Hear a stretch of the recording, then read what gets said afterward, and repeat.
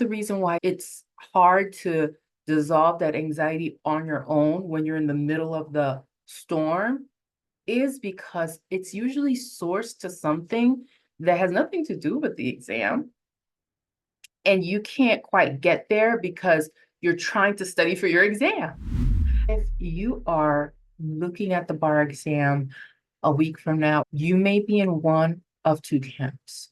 You're feeling pretty stable and sure about your academic studies, but there's a small buzz of nervous energy building up.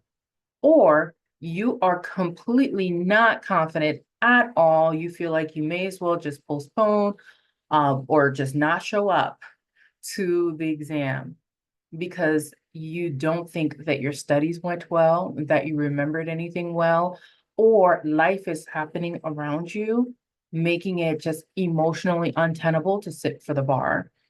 Whether you're in the I feel good enough camp or this is really going haywire camp, I have some tips for you in this video to help you through so that you can compose yourself and go and give it your best shot.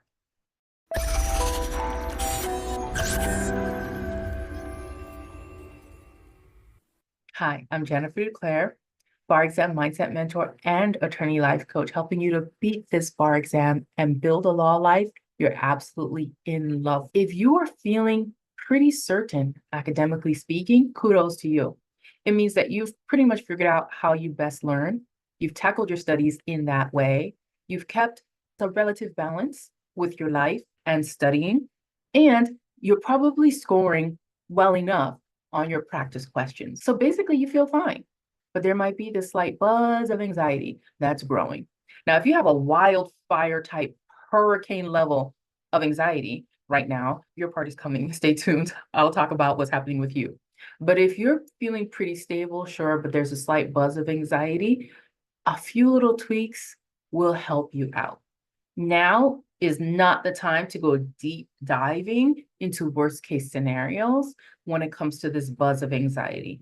Now, if it starts to grow, if it's progressing over time, and the closer you get to the bar exam, the louder it's getting, such that it's interfering with your performance, your focus, your concentration, and your sleep, then you might want to address that. But for now, if it's a slight buzz of anxiety, I highly recommend that you don't double down on studying. I know it's the last 2 weeks, but do not double down on studying. Keep things the same. Do double down on self-care, namely filling your emotional bucket.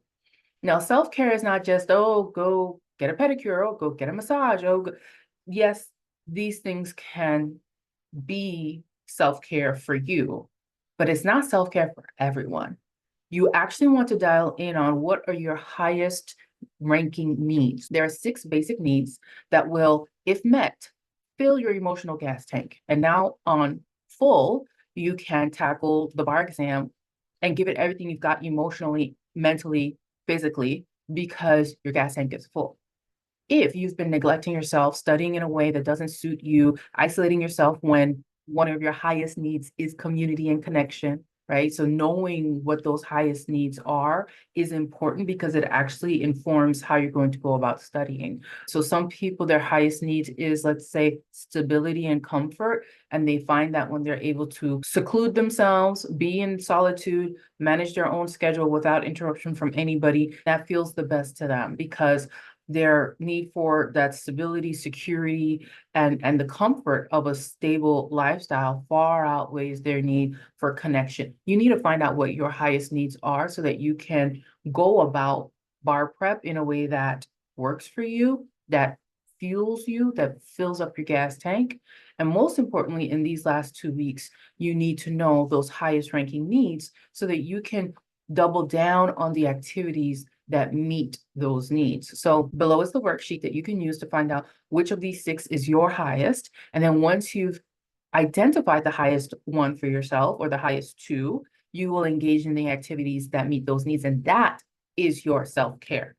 So it's not going to look the same for everyone. And that's why I really don't like these boilerplate, take yourself to dinner, go get a massage, meditate. And yes, these things are important and they're all good, but you have some needs that are higher than others. And if you spend what little time you have on meeting those needs first, you'll get the biggest bang for your buck. So if you're feeling a small buzz of anxiety, keep it from growing, to keep it from starting to take over your mind and keep you from sleeping, double down on meeting your emotional needs. So if you are in the other camp of bar takers at this point in the bar exam study cycle, where you are feeling like you're in the eye of the storm right now, then you want to dive into some heavy duty mental resets. I do go into some tactical strategies to get that anxiety down, but you really need to zero in on excavating the root of those fears, hearing them out or writing them out or talking them out, and not just to keep going down the rabbit hole or spiraling, but with a mind towards being a outside listener, even if you're writing it in your journal, being that outside listener who can go, I understand why you feel that way. Yeah, that does sound scary. And at the same time, come up with solutions, change your perspective, reduce a lot of those cognitive distortions. And you could Google that term if you're very interested in what might be happening to you right now, but reduce those cognitive distortions so that you can get some peace. So in private sessions, when I'm talking with clients and we're finding out, for example, that their fear about whether or not they're going to do well on the exam turns out to be connected to, follow the breadcrumbs down the road, turns out to be connected to them actually passing the bar exam and having an even harder life as an attorney than they do as a paralegal right now, for example. A lot of the reason why it's hard to dissolve that anxiety on your own when you're in the middle of the storm is because it's usually sourced to something that has nothing to do with the exam. And you can't quite get there because you're trying to study for your exam. And it really takes someone who is calm, stable, empathetic to hear what's happening with you and to follow the crumbs and see where they lead to the actual fear that's buzzing in your ear. Now, the reason why the anxiety is growing is not just because the impending bar exam, but it's also because each day that passes that you didn't address those fears, and some of these fears existed the day you applied for law school, but each day that passes that you don't address those fears, they get louder. And the closer you get to actualizing those fears, to making those fears a reality, if you pass the exam, now you have to deal with that lawyer life that you kind of don't want to have, right? Or if you pass the exam, now you have to find out whether or not you're good enough to be hired as an attorney or good enough to be accepted into the club, right? Before passing the bar exam, those were like distant fears and worries. And in case if you are wondering, this set of fears that I'm describing actually fall under the fear of success category. There are several different fears that the anxiety can be connected to, and fear of success is one of the most undercover fears that sabotage people's bar exams because they don't realize that you can fear success. Essentially, succeeding on this level means you've graduated to a higher set of standards, a more challenging course of studies, or a different environment that you've never encountered before. And that takes you out of the comfort zone. And there's an inner part of you that says, no, we are safe with the landscape that we already know. We really don't want you to change landscapes right now. And if you pass this bar exam, you're going to introduce yourself into lawyer land, and we don't know what that looks like.